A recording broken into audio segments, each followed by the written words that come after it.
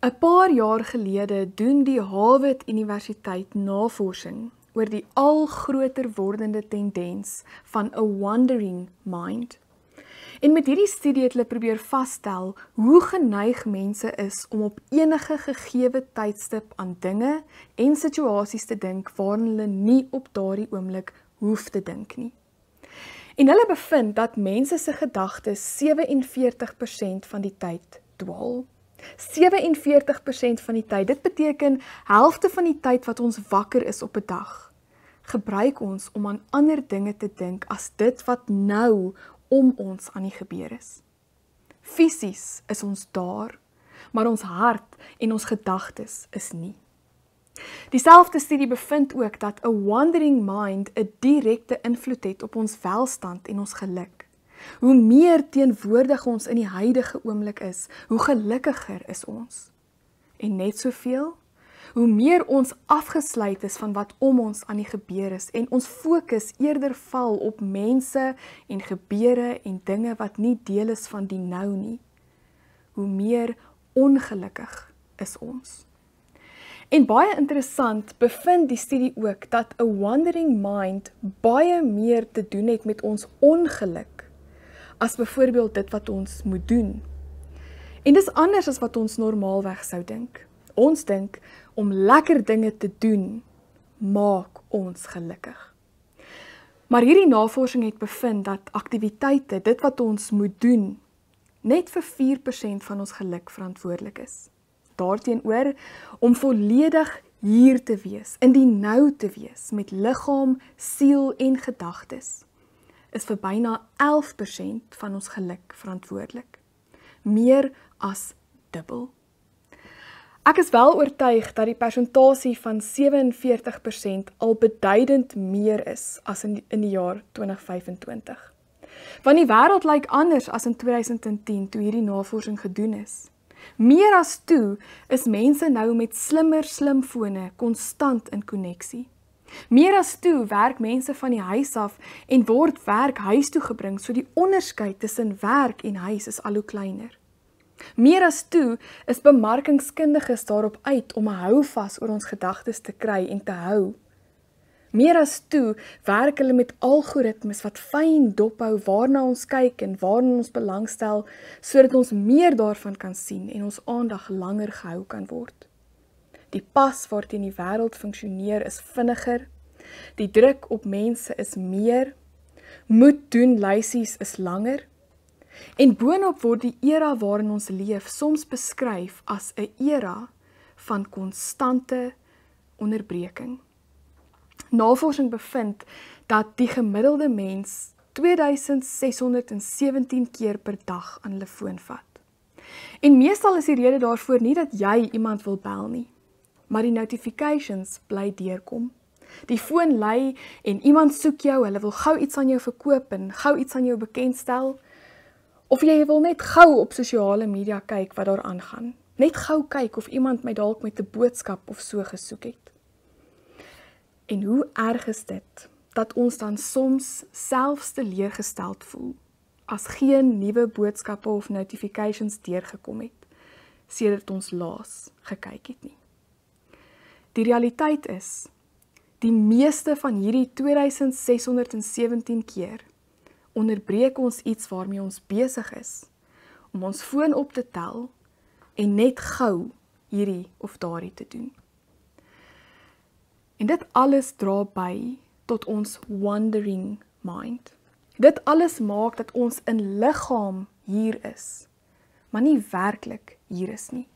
Ons is of onnadenkend besig met baie dinge, of bloot net afwesig in die nou. Die lewe is om ons aan die gebeur en mense honger vir ons aandag is hier. Maar so met ons gedagtes elders en ons fokus op baie ander dinge, ja selfs met tye ander belangrike dinge, leef ons die lewe mis. Leef ons die mense om ons mis. En mis ons die geskenk van die nou. Maar behalwe dat dit 'n daadwerklike invloed op ons geluk en ons ervaring van die lewe en ons verhoudings het dit ook 'n baie besliste invloed op ons geloof. op hoe ons vir God sien en beleef. Want wanneer ons so afwesig leef, voel God so afwesig. God voel ver, maar in werklikheid is dit nie hy wat ver is nie, maar ons. En as ons na die Bybel gaan kyk, dan sien ons dis 'n uitdaging wat mense toe ook beleef het. Toe ook was daar gedagtes wat dwaal en was daar so baie dinge dat mense nie met hulle hele menswees teenwoordig kon wees, indien nou nie. Kom ons lees daarvan uit Lukas 10. Lukas 10 vers 38 tot 42. Op hulle reis het Jesus in 'n dorp gekom waar 'n vrou, Martha, hom as gas ontvang het. Sy het 'n suster gehad, Maria, wat aan die voete van die Here gaan sit en na sy woorde geluister het. Maar Martha was baie bedrywig om alles klaar te maak. Sy kom toe daar staan en sê, Here, hinder dit U nie dat my suster my alleen laat bedien nie. Sê sy moet my kom help. Maar die Here antwoord haar, Martha, Martha, jy is besorg en bekommerd oor baie dinge, maar net een ding is nodig. Maria het die beste deel gekies, en dit sal nie van haar weggeneem word nie. Jesus en sy disippels kuier by hierdie twee sissies, en hulle reaksie op hierdie besoek is totaal verskillend. Martha is geabsorbeer en vasgevang, eintlik verstrengel in haar verantwoordelikhede en haar belangrike taak om vir hierdie belangrike gaste 'n maaltyd voor te sit vir Jesus en sy disippels. Haar gedagtes spring van plek na plek, plekke ver van hier en nou. Sy hardloop rond tussen al die dinge op haar moet doen lysie, die aankoop van bestanddele, die dek van die groot tafel, die voorbereiding van die kos, die skoonmaak van die huis, die opdien en die bidien van die dis. En boonop moet alles in haar oë perfek reg verloop. Maar as 'n mens mooi na hierdie verhaal gaan kyk, dan sien ons, selfs al is hierdie dinge belangrik, want dit is belangrike dinge, ontneem dit daarvan om werklik daar te wees, van om werklik te wees in haar Here en haar ander gaste se teenwoordigheid. En terwyl sy dan so afgesny is van wat om haar aangaan en haarself afsloof, broei daar in haar 'n woede en 'n irritasie met Maria, haar sussie, wat te midde van al hierdie verantwoordelikhede rustig, ongesteerd, teenwoordig by Jesus en die disippels sit en bloot sy geselskap geniet. En hoe hierdie verhaal vertel word, wil ons aandag vestig op die binnewêreld van hierdie twee vroue. Baie duidelik beleef Maria harmonie in haar binneste, in haar menswees. Want sy kry dit reg om met liggaam, siel en gedagtes op dieselfde plek te wees, teenwoordig te wees in wat om haar aan die gebeur is. En omdat al drie liggaam, siel en gedagtes op dieselfde plek toegespits is en nie een van hulle teen 'n ander een skree of bots nie, beleef sy harmonie in haar en vloei harmonie uit haar. Haar optrede en haar menswees op daardie oomblik getuig daarvan. Maar by Martha sien ons die teendeel. Ons sien hoe dit lyk wanneer daar nie harmonie in daardie drie faktore van ons menswees is nie. Want in liggaam is sy hier, maar in siel en in gedagtes op 'n plek ver van hier. Selfs al is sy met die dinge van hier en nou besig. Daar is konflik in haar binneste en dit vloei uit na buite. Martha was te afgelei en as gevolg daarvan te geïrriteerd om die geselskap en die teenwoordigheid van die Here en haar ander gaste te geniet. In haar poging om alles so goed, perfek reg te doen, is haar gedagtes en haar gemoed ver van wat om haar aan die gebeur is. En sy mis die ware doel van dit waarmee sy besig is. Om mense in haar huis te ontvang, om in verhouding met hulle te staan en koneksie met hulle te beleef. Waar vind jy jouself vanaand? Waar vind jy jouself oor die algemeen? Sien jy jouself dalk duidelik raak in die geankerde teenwoordigheid van Maria? Of verstaan jy beter as wat jy graag wil, die botsing en die disharmonie in Martha se gemoed?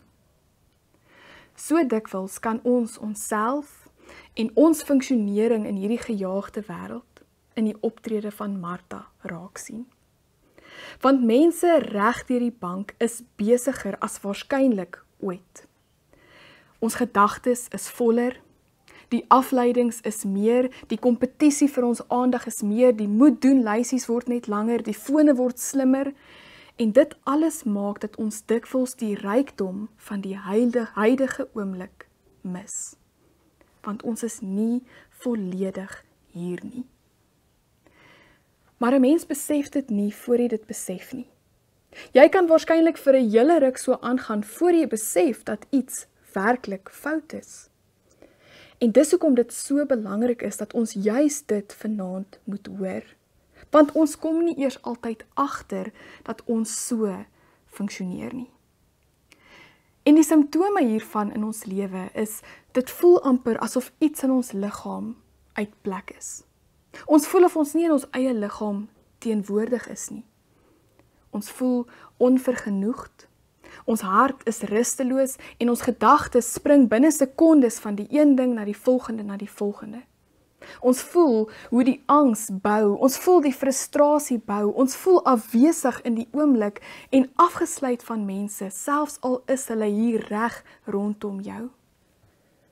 Baie soos Martha. En boonop word ons selfone dan vir ons soos 'n ontkoming, wat niks anders doen as bydra tot die probleem nie.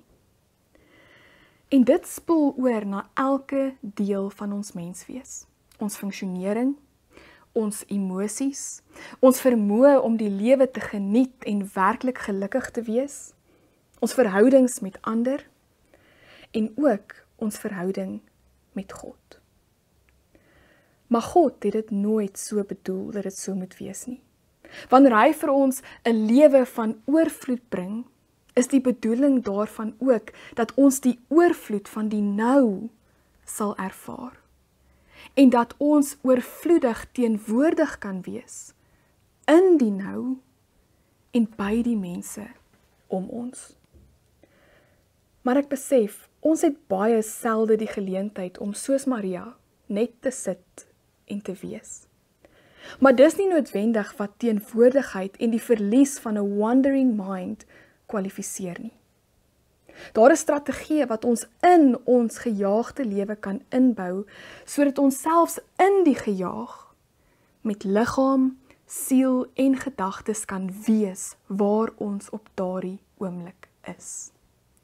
Sodat die hart van Maria ook in ons kan leef. Hoe jy in jou lewe op daardie punt gaan kom, is iets waaroor jy in die konteks van jou lewe baie doelbewus gaan moet oordink. Maar ek wil tog vanaand vir jou enkele voorstelle maak. En die eerste daarvan is dat jy introspeksie moet gaan doen. Jy moet jou hart gaan ondersoek om te bepaal of jy dalk ook dikwels so leef. Ek weet ek doen. Ek moes so jare wat gelede tot die besef kom dat ek behalwe vir die alledaagse lewe, veral ook met byvoorbeeld ons kinders se verjaarsdae of ander groot gebeure wat ek moet organiseer en uitvoer, 'n regte Martha is. Ek het so rondgehardloop en so gefokus op alles wat nog moet gebeur en hoe perfek dit alles moet wees, dat ek in siel en emosie afwesig is van wat daar aan die gang is. En as ek weer sien, is dit verby. En die emosie wat dan in my hart is nie vergenoegdheid en vreugde nie, maar verlies. Want ek was nie teenwoordig in wat daar gebeur het nie. En nou is die oomblik verby. En die blote besef daarvan het my gehelp om reeds anders na my lewe te kyk, meer bewustelik te leef en doelbewus te probeer om meer teenwoordig te wees in die nou. Maar hoe kry ons dit reg? Navorsing wys vir ons dat mense soos magnete in die nou in is. Die oomblik as jy besef jy raak afwesig van die nou, as jy onnodig jou foon optel of as jou aandag dwaal na 'n plek waar dit nie nou hoef te wees nie, verskuif doelbewus jou aandag na die mense om jou. Want hulle is soos magnete wat jou wil nader trek aan die nou. Breinnavorsers het bevind dat verhoudings een van die beste voedingsstowwe vir ons brein is. En dat meelewing met ander ons brein se neurone oefen soos min ander dinge. Elke mens om jou dra die uitnodiging wat sê, kom nader, wees hier en beleef die lewe soos God dit vir ons wou hê. Want wanneer ons so teenwoordig is by die mense om ons, wanneer ons werklik gefokus ons kinders dophou en saam met hulle lag en speel, wanneer ons ware emosies met ander deel, wanneer ons gesels en daar geen ander afleidings is nie, beleef ons die rykdom van menslike ervarings, soos God dit bedoel het. Gewone oomblikke word heilige oomblikke wanneer jy daar is. En ja, ons kan nie altyd in liggaam daar wees nie. Die lewe vra van ons om te werk en soms weg te wees en so meer. Maar wanneer jy daar is, wees daar. Daar is 'n gesegde wat sê, if you are in the room, be in the room. Met jou hele mens wees liggaam, siel, gedagtes in harmonie. If you are in the room, be in the room, soos Maria. Los doelbewus die afleidings. Fokus jou gedagtes op die mense om jou. Skep tye waar jou foon en alles anders wat jou aandag mag aflei en jou selfs in die kleinste mate van die nou mag wegneem, waar dit eenkant gesit word. En laat staan uiterste perfeksionisme. Alles hoef nie altyd perfek te wees nie. Veral nie as dit jou ontneem van die heilige oomblik van nou nie. En veral nie as dit meer verlies as vreugde verskaf nie.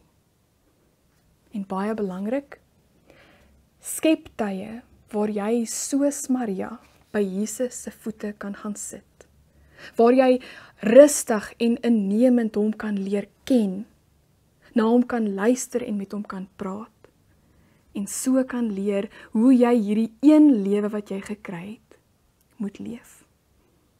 En as jy hierin slaag om die kuns van waarlik teenwoordig wees by ander en by God te kan aanleer, dan sê Jesus, het jy die beste deel gekies. Amen.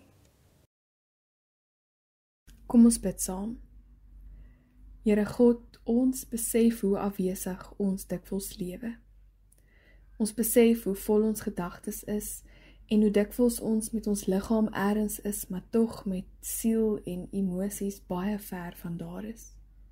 Ons bid, Here, help ons om meer teenwoordig te leef. Help ons om na te dink oor hoe ons leef en waar ons moet verander. Gee ons die wysheid om dit raak te sien.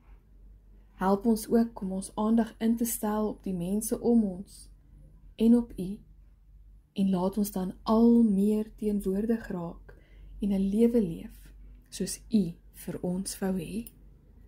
Amen.